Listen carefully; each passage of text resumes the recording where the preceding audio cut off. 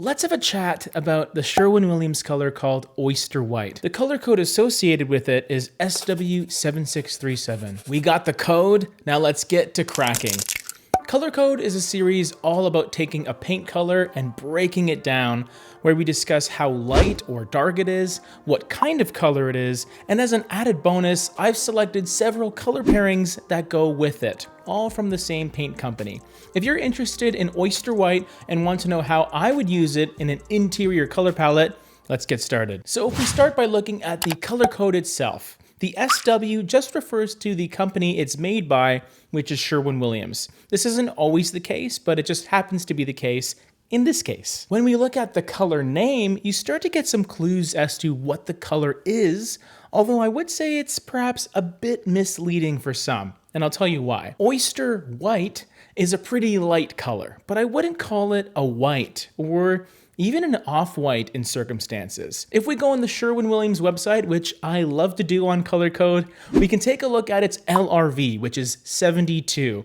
That is the light reflectance value, and what it tells us is that the color is reflecting 72% of the light that hits it out of a possible 100. Now, you're not gonna have much luck finding a color that hits that 100 LRV. In fact, you won't, but some of the colors that I would deem as an actual white in practical use are usually in the low 90s range. Oyster White as a color will feel light when it's used in the larger areas of your home, but it's not one that I would use in place of something like high reflective white on my baseboards, for example. Now, lightness aside, let's talk about the color itself. To me, Oyster White is a light gray color that tends to combine beige and gray, creating a really soft, passive color. Although it seems to have a touch of brown mixed in as well, I would say its warmth is still a little more yellow gold rather than red. Grayish colors like this, that are more yellow than red, do have a tendency to sometimes show a slight green undertone, but that's really going to be dependent on your personal lighting,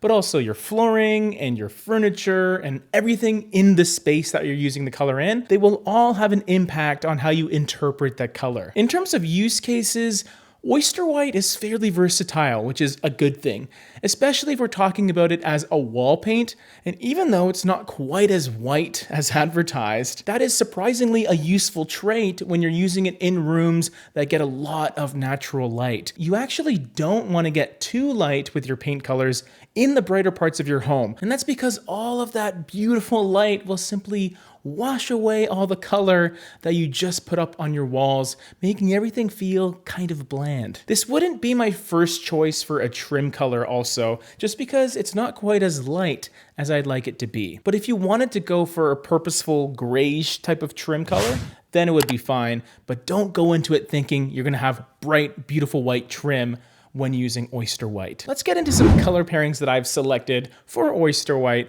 including a light, medium, and a dark color. Let's start with a light color first, which is Zurich White, and it's pretty similar to Oyster White, to be honest.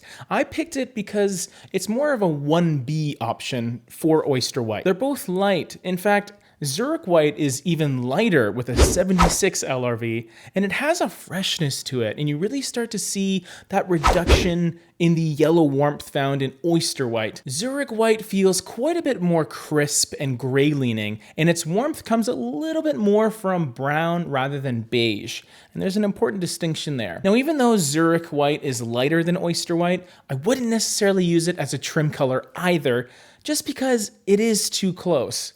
If you wait till the end of this video, I will have an awesome trim color choice that'll go with all of these colors, so not to worry. The way you can use Zurich White in this whole color palette that we're building together is maybe in those rooms that perhaps have more cool colors or more grays and browns versus beiges, greens, and golds and yellows, which may suit Oyster White a bit better. For the middle color, I wanted to pick a mid-tone that had some earthy brown at its core, but also a bit of that green hiding in the background. The color is called Requisite Gray, and it really is a solid mid-tone color choice that can really unite the first two colors really well. It is slightly on the darker side, being a mid-tone with a 45 LRV, but I wanted to get something a bit darker so that there would be more clear contrast between it and the other two lighter colors. Requisite Gray would be an excellent choice as an accent wall color for the other two, or you can just use it throughout a room nearby